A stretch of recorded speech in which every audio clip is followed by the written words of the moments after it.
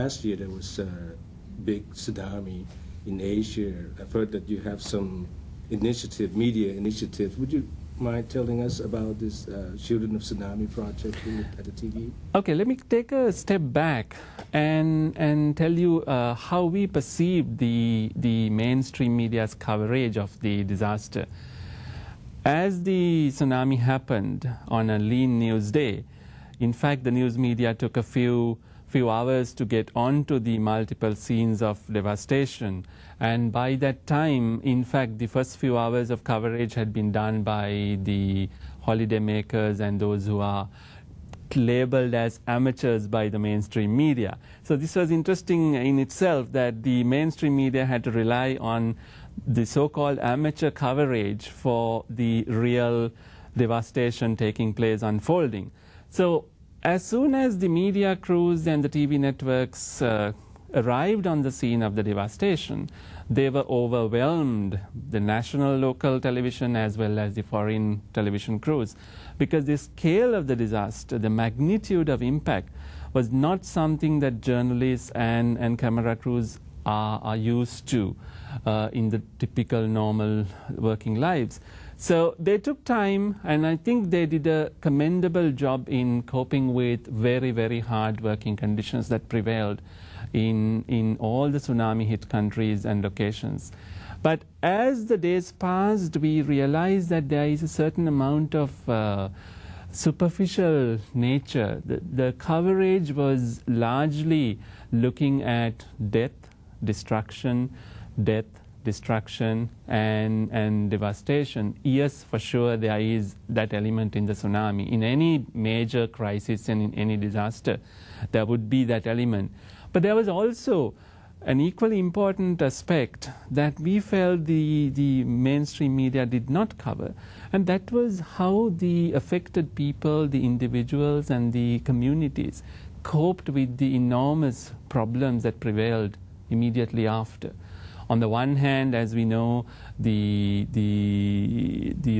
search and rescue operations that took place in the first few days, and then the disposal of bodies, the location of missing friends and relatives, and a whole range of these very stressful, very problematic issues that prevailed, and how there was human ingenuity, there was resourcefulness, there was resilience.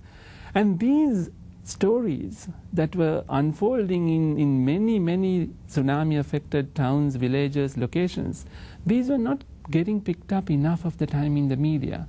The media had 2 or 3 headline topics: how much aid was being pledged around the world, which was very good, but that wasn't the only story. And then the media had particular preoccupations with Western tourists who had been very unfortunately affected by the disaster. Again, I would say that's a legitimate news coverage, but sometimes one wonders whether the global media's attention was disproportionately focused on the Western tourists who were affected by the tsunami. So like that, we felt, as we watched the coverage over time, over a few days and the first couple of weeks, we felt that there is more to this. There's more to this disaster, and there's more to the recovery from the disaster. And we also knew that the typical attention span of major media networks would not last very long, that they would move on after the dust has settled, so to speak. So we wanted to look at some of those unfolding stories of human survival and human resilience. And we were looking for a way to do this, and we had, of course, the option of doing the traditional documentary with facts and figures and interview clips and location filming. That was an option we considered, but then we realized that there will be enough other documentaries that will be made about this. So we wanted to find a new and different way of covering this very important story, important for a number of reasons for Asians and for the world. So that's when, in the middle of January 2005, we at TV Asia Pacific, in an internal brainstorming discussion, came up with this idea that we will look at the recovery process through the personal stories of tsunami-affected children and their families.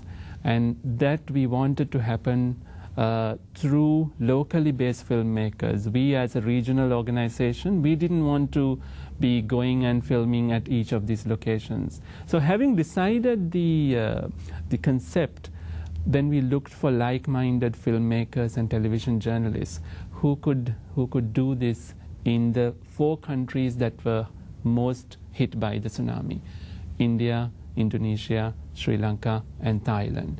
And we were very fortunate that we could find such like-minded journalists and filmmakers who shared our deep interest in covering this tsunami recovery process, the aftermath, in a different way.